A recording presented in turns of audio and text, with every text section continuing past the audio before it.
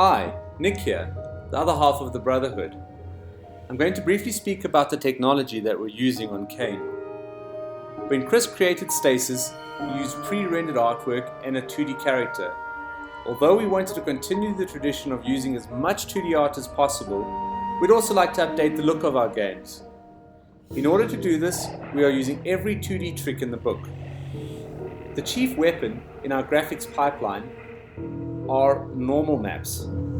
Normal maps are rendered out of 3D Studio Max and allow us to fake the lighting of our rendered plate with very little effort or memory cost. This useful technique is simply a texture map of color ranges from red to blue to green. Each XYZ RGB point in the map represents depth. The lighting engine can then fake the lighting based on these coordinates. Here are the normal maps in action.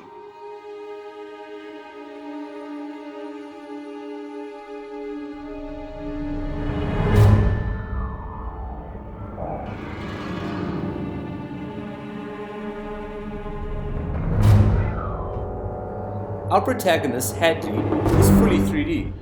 Unlike John Maracek in Stasis, who contained thousands of frames of animation, Hadley is a model 3D object.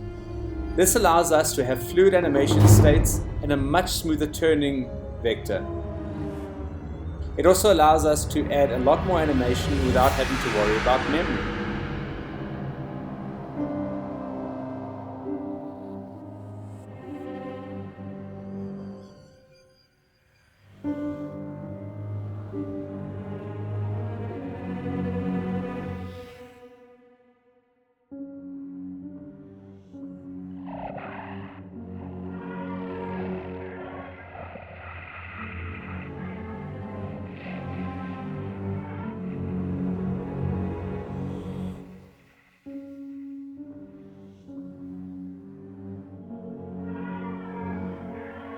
As mentioned earlier, CAYNE is 2D and the levels you explore contain little, if any, 3D geometry.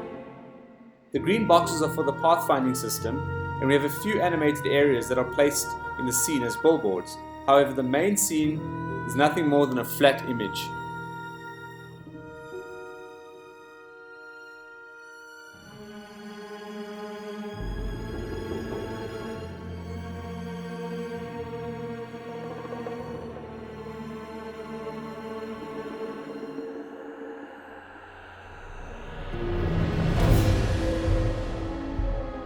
Thanks for watching.